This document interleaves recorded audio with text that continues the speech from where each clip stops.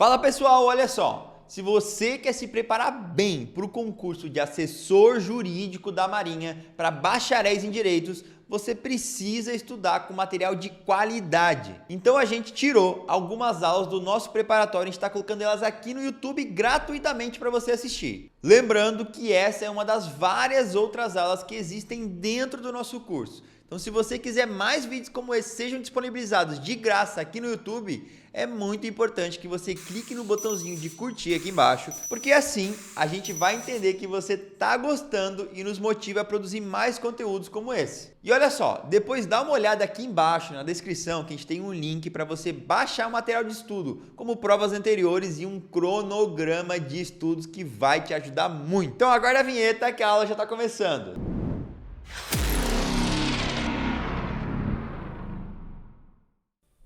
Seja muito bem-vindo à nossa aula de Direito Internacional. Eu sou a professora Franciele Rieffel e hoje eu tô aqui para tentar te ajudar a chegar cada vez mais próximo do teu sonho, tá?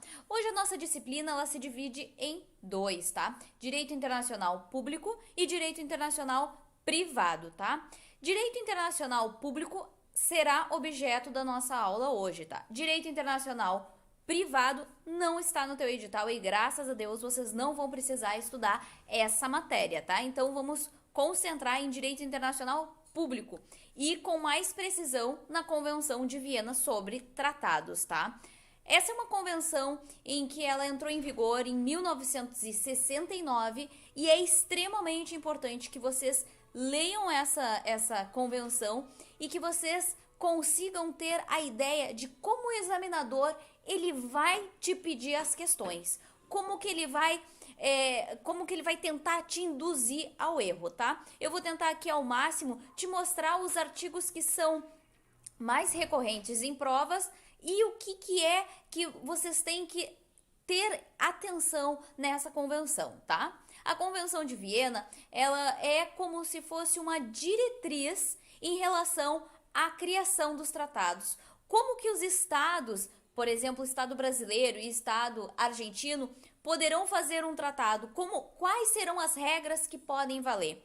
Essa convenção ela também traz alguns conceitos que também podem ser objeto da tua prova, tá? Esses conceitos são importantíssimos porque o examinador ele pode brincar, ele pode trocar um conceito pelo outro, ele quer saber se tu leu a convenção e além de ver a aula, vocês têm que ler a convenção, tá, gente? Eu sempre bato nesta tecla que o aluno ele tem que ler a letra fria, tá? Não adianta de nada, absolutamente nada, só fazer questões. É a leitura da letra fria da lei e a resolução de questões, porque aí tu treina, tu vê como o examinador ele vai te pedir, tá?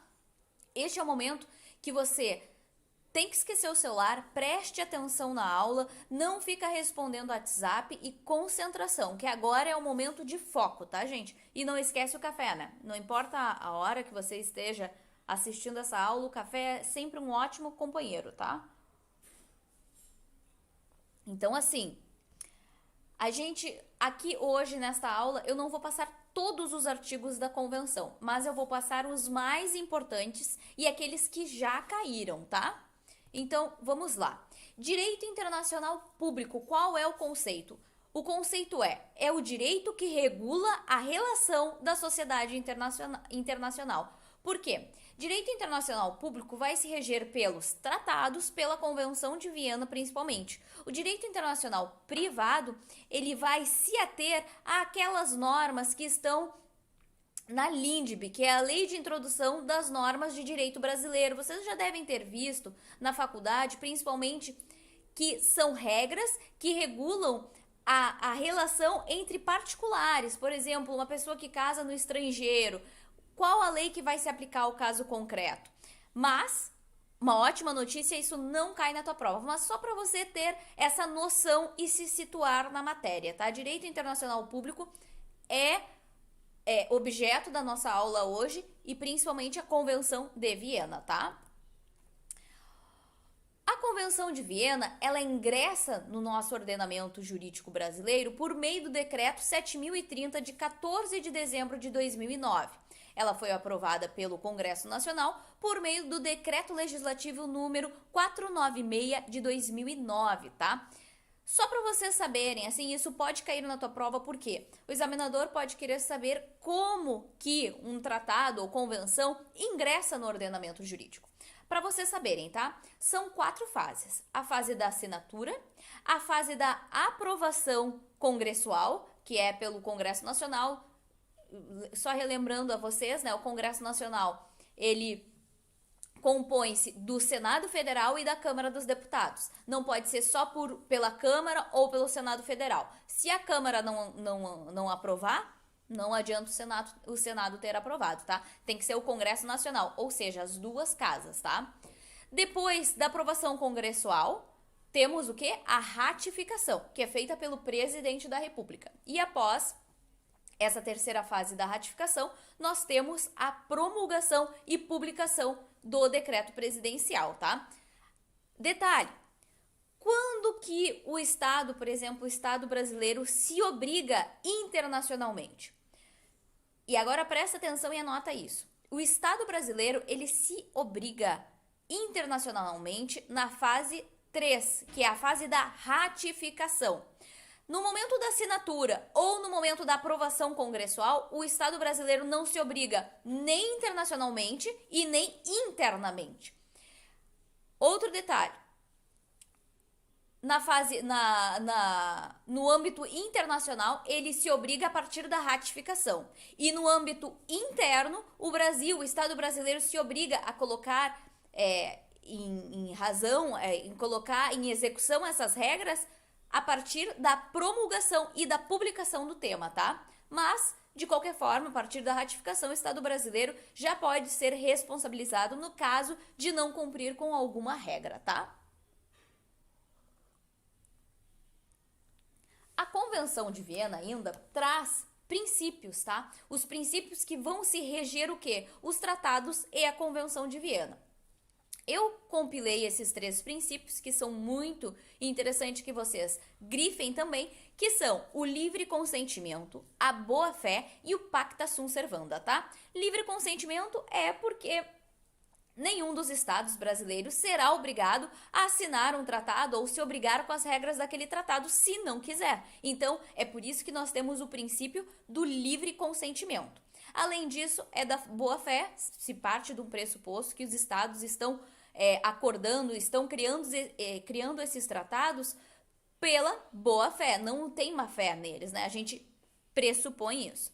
E pacta sunt servanda, no sentido de que significa que o contrato, o tratado, faz regra entre as partes. Ou seja, aquele tratado que foi assinado, que foi aprovado pelo Congresso Nacional, que foi ratificado e depois promulgado e publicado o seu texto, o que acontece? Ele faz lei para aquele Estado. O Estado deve cumprir o que ele acordou, tá? Então é nesse sentido, grifa bem esses 3 e mentaliza isso, coloca na tua cabeça e não esquece. E aí agora nós chegamos na parte em que a Convenção de Viena, ela traz o seu preâmbulo, que é o quê? É como se fosse o caput, como se fosse a linha de direção da Convenção de Viena, que fala: os Estados partes na presente Convenção, considerando o papel fundamental dos tratados na história das relações internacionais, reconhecendo a importância cada vez maior dos tratados, e aí grifa e coloca ali em cima do teu slide ou coloca no teu caderno que os tratados são o quê? Fonte do direito internacional. Se na tua prova cair que os tratados são fonte do direito internacional, tu coloca que está certo. Veja bem como o examinador tem muito material para fazer questões para ti, tá? Continuando. E como meio de desenvolver a cooperação pacífica entre as nações, quaisquer que sejam seus sistemas constitucionais e sociais, constatando que os princípios do livre consentimento, e grifa agora, princípios do livre consentimento e da boa-fé e a regra pacta sunt servanda são universalmente reconhecidos, ou seja, esses princípios são reconhecidos internamente e internacionalmente, tá? Afirmando que as controvérsias relativas aos tratados, tais como outras controvérsias internacionais, devem ser solucionadas por meios pacíficos e de conformidade com os princípios da justiça e do direito internacional, recordando a determinação dos povos das Nações Unidas de criar condições necessárias à manutenção da justiça e do respeito às obrigações decorrentes dos tratados. Continuando. Conscientes dos princípios de direito internacional incorporados na Carta das Nações Unidas, tais como, agora grifa, os princípios da igualdade de direitos e da autodeterminação dos povos, da igualdade soberana e da independência de todos os estados, da não intervenção nos assuntos internos dos estados, da proibição da ameaça ou do emprego da força e do respeito universal, e observância dos direitos humanos e das liberdades fundamentais para todos. Agora fazendo só uma pausa, tá, gente? Vejam bem ali, ó, que a Convenção de Viena, ela traz isso, que deve haver o quê? A observância dos direitos humanos e das liberdades fundamentais para todos, tá? Relembrando que os direitos humanos nada mais são do que os direitos fundamentais na esfera internacional, tá? Enquanto os direitos fundamentais são os direitos na esfera interna, tá? Não sei se vocês já tiveram algum tipo de contato com direitos humanos, como eu acabei não apresentando o meu currículo para vocês, falo agora que eu sou mestre em direito com ênfase em direitos humanos. E só para vocês saberem, tá? Direitos humanos são todos aqueles direitos que nos garantem os direitos que estão na Constituição, tá? São praticamente todos. Mas aqui na prova de vocês não cai direitos humanos, tá? O que cai ali, o que eu também vi, é o Estatuto de Roma. Cai também a Carta das Nações Unidas, mas nada propriamente em relação aos direitos humanos. Mas não esquece, se cair na tua prova uma questão que fale que a Convenção de Viena, ela abrange e diz que deve ter o respeito universal e observância dos direitos humanos e das liberdades fundamentais para todos, tu coloca que tá certo, porque está na Convenção de Viena no seu preâmbulo, tá? Continuando. Acreditando que a codificação e o desenvolvimento progressivo do direito dos tratados alcançados na presente convenção promoverão os propósitos das Nações Unidas enunciados na Carta, que são a manutenção da paz e da segurança internacionais. Aí tu coloca, agora tu grifa, tá? Que são a manutenção da paz e da segurança internacionais, o desenvolvimento das relações amistosas e a consecução da cooperação entre as nações. Grifa isso e puxa uma flecha e coloca assim, propósitos das Nações Unidas, tá? Anota isso, que também pode ser objeto de questão da tua prova, tá? Continuando. Firmando que as regras do direito internacional consuetudinário, se tu não sabes, eu te explico, se tu sabe, perfeito. Consuetudinário significa costumeiro, tá? Continuarão a reger as questões não reguladas pelas disposições da presente convenção. Convieram no seguinte, agora a gente começa a falar dos artigos da convenção, tá? Por que eu leio o preâmbulo? O preâmbulo é a diretriz, ele te mostra o que virá dentro da convenção, tá? O preâmbulo é o início, então sempre é muito importante, gente, que vocês leiam os preâmbulos, tá? Não pula essa parte, porque pode cair, pode ser objeto da tua prova, tá? Não tão somente os artigos, mas o preâmbulo também, tá? Mas vamos lá.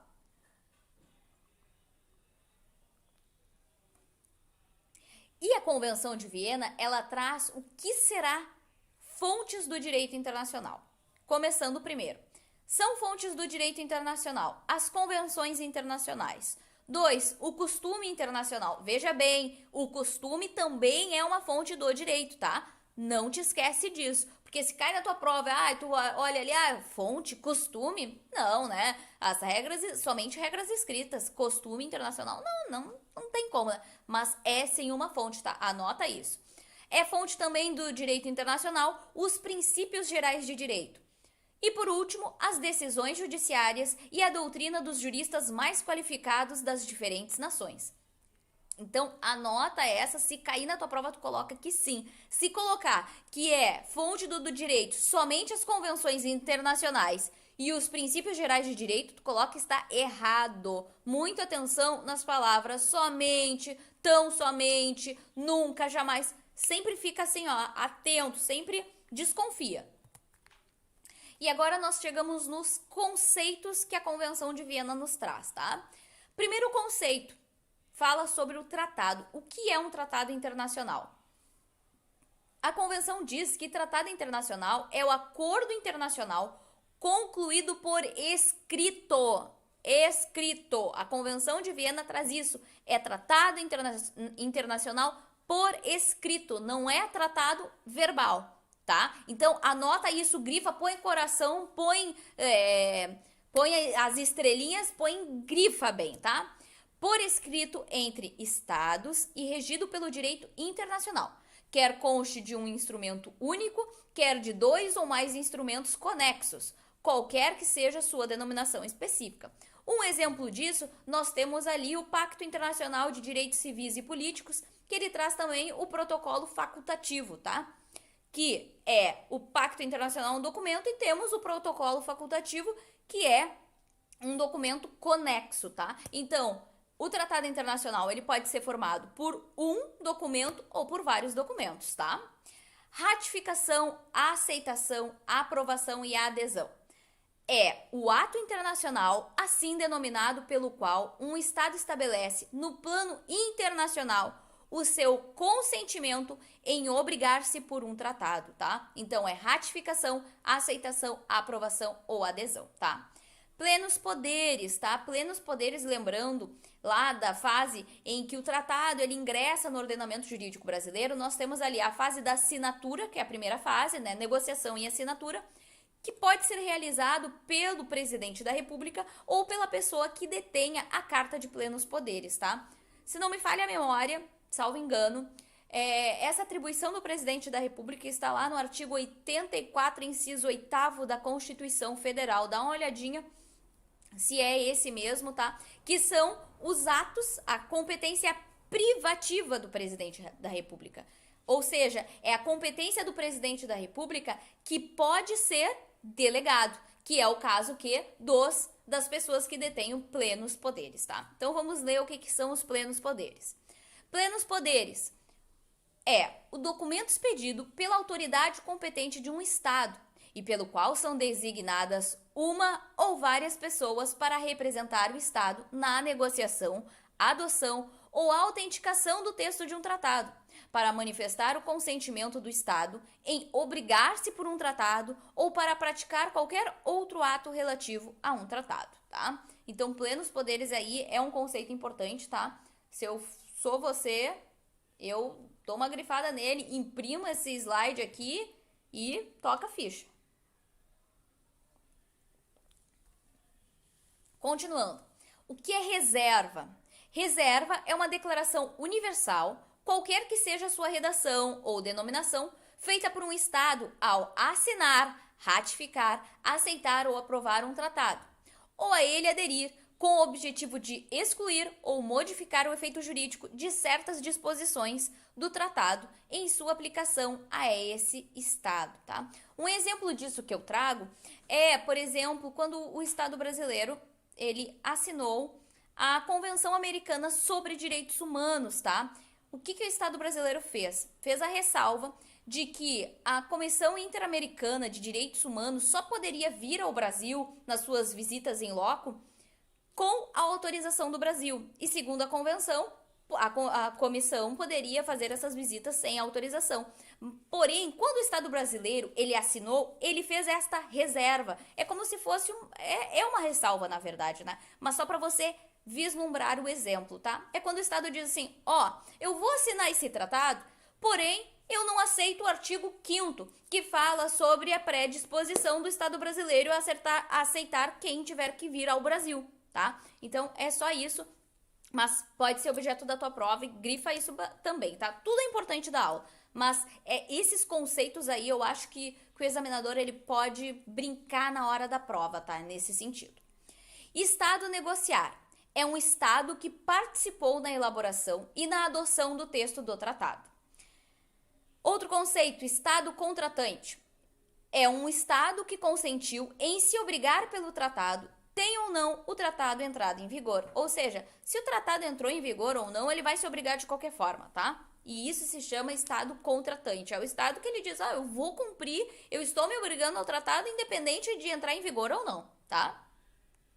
E veja bem como pode ser próximo aos dois conceitos do Estado negociar e o Estado contratante. Então lembra, o Estado contratante que ele contrata, ele já diz assim, não, eu tô comprando e é isso, fechei meus olhos, quando entrar em vigor não interessa. Agora, o Estado negociar é aquele que participou na elaboração e na adoção do texto. Ele ficou ali, ó, negociando qual é. Então, associe esses exemplos, tá?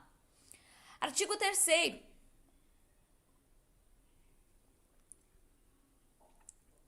O artigo 3º, ele traz quais são os acordos internacionais que serão regidos pela Convenção de Viena.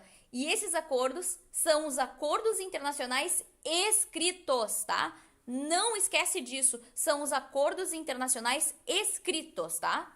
Assim, gente, pior de tudo que errar em questão de prova é errar a questão de prova que a pessoa sabe. Então, associa Convenção de Viena, acordo internacional escrito. Artigo 3º, traz o quê? Eu fiz agora um esqueminha aqui para que você possa lembrar.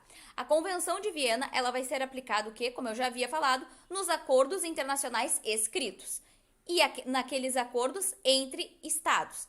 E a convenção não se aplica em acordos entre estados e outros sujeitos de direito internacional ou entre estes e outros sujeitos de direito internacional. Então, só vai se aplicar a Convenção de Viena em acordos internacionais escritos entre estados, entre o Estado brasileiro e o Estado americano, entre a Argentina e o Brasil. Nunca pense que vai ser, por exemplo, entre empresas, tá? A Convenção de Viena, ela trata nessa questão dos estados, tá? Não confunde. Isso seria pior, gente, se caísse direito internacional privado, mas como não cai, eu não acredito que o examinador ele vá usar disso, tá? Mas é sempre bom deixar bem claro. O artigo 4º, ele traz o princípio da irretroatividade, tá? Que seria o quê? Aplica-se aos tratados concluído por estados após a sua entrada em vigor a esses estados, tá?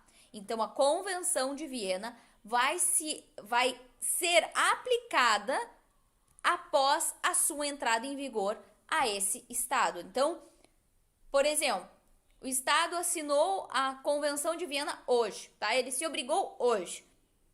Todos os tratados que ele assinou, que ele tratou antes da entrada em vigor da convenção para ele, não vai se aplicar à Convenção de Viena, porque na Convenção de Viena nós temos o quê? O princípio da irretroatividade, não retrocede. Então é a partir daquele momento para frente, tá? Bem simples, mas pode cair.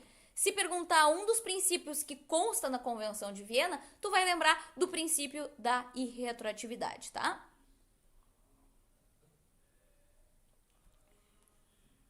Artigo 5º fala que a presente convenção aplica-se a todo tratado que seja um instrumento constitutivo de uma organização internacional e a todo tratado adotado no âmbito de uma organização internacional, sem prejuízo de quaisquer normas relevantes da organização. Aqui não tem nenhum tipo de surpresa, tá, gente? Não tem algo que me chama atenção para uma futura questão, tá?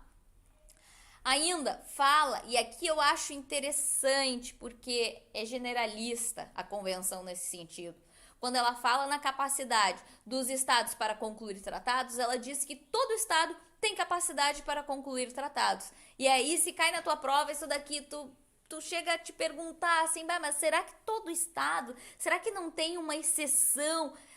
Será? Mas, gente, se cair na tua prova, isso caiu uma questão dizendo que segundo, e lembre-se, sempre deve haver essa frase, segundo a Convenção de Viena, tá? Não, olha, não deixa o examinador te levar a erro. Tem que estar segundo a Convenção de Viena. Se estiver segundo a Convenção de Viena, todo estado tem capacidade para concluir tratados, tu coloca que tá certo, porque isso está na convenção, tá? Então esse artigo 6º aqui também é interessante. Artigo 7.1. Uma pessoa é considerada representante de um estado para adoção ou autenticação do texto de um tratado ou para expressar o consentimento do estado em obrigar-se por um tratado se a. apresentar plenos poderes apropriados ou b. a prática dos estados interessados ou outras circunstâncias indicarem que a intenção do Estado era considerar essa pessoa seu representante para esses fins e dispensar os plenos poderes. Então, assim, gente, há essas duas possibilidades para que uma pessoa seja considerada representante do Estado. Se ela tiver a carta de plenos poderes, tranquilamente também. Ou, caso ela não tenha a carta de plenos poderes, segundo a prática dos estados interessados, tá? Também acho interessante aqui, porque pensa bem se isso não é relevante, saber qual é o representante do Estado, quando que uma pessoa ela é considerada representante do Estado. Porque quando ela é representante do Estado, atente-se, é algo muito importante, a pessoa pode assinar um tratado. Não que ela vai obrigar o Estado, mas já mostra uma predisposição. Ah, mas você assinou e aí não... Olha, até não obriga, mas cria uma certa... um certo clima de mal-estar entre os estados. Então, isso objetivamente não é bom, né? Um estado assinar algo e depois não ir para aprovação, né? Fica meio ruim. Mas vamos focar aqui nas questões. Segundo a convenção, para que uma pessoa seja considerada representante de um estado, é nessas duas opções.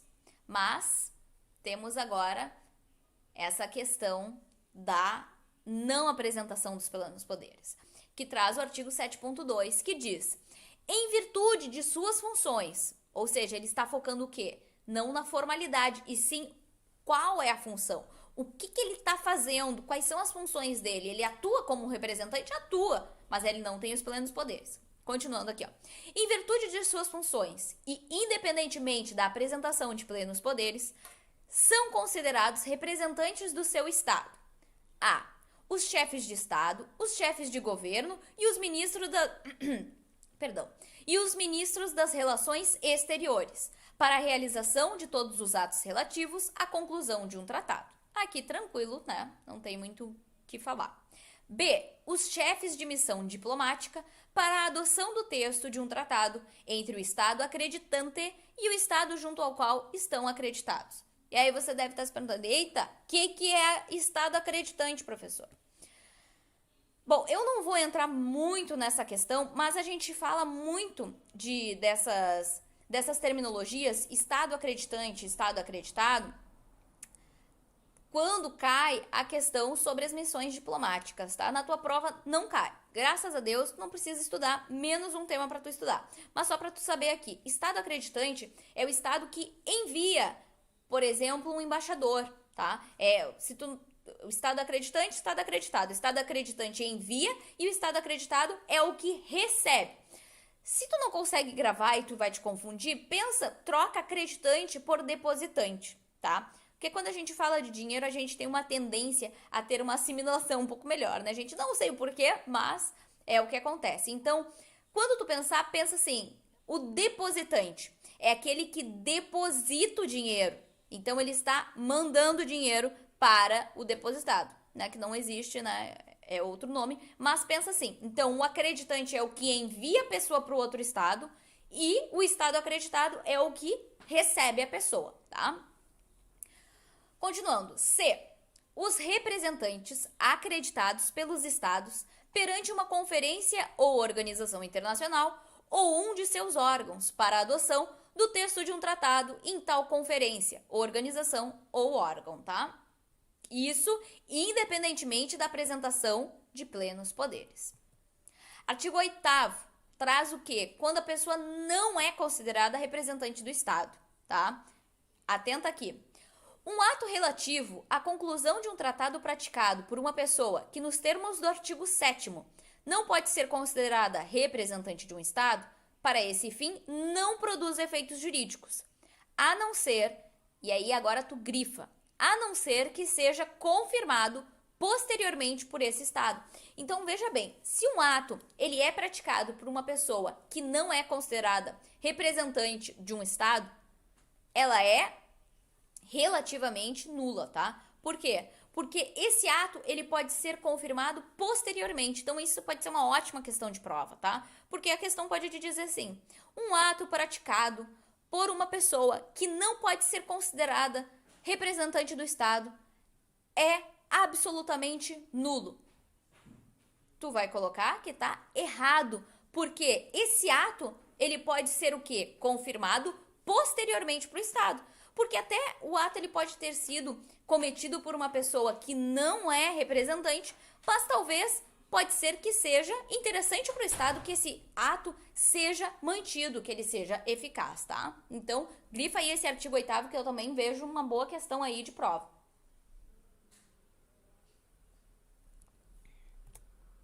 Artigo 9º, fala sobre a adoção do texto.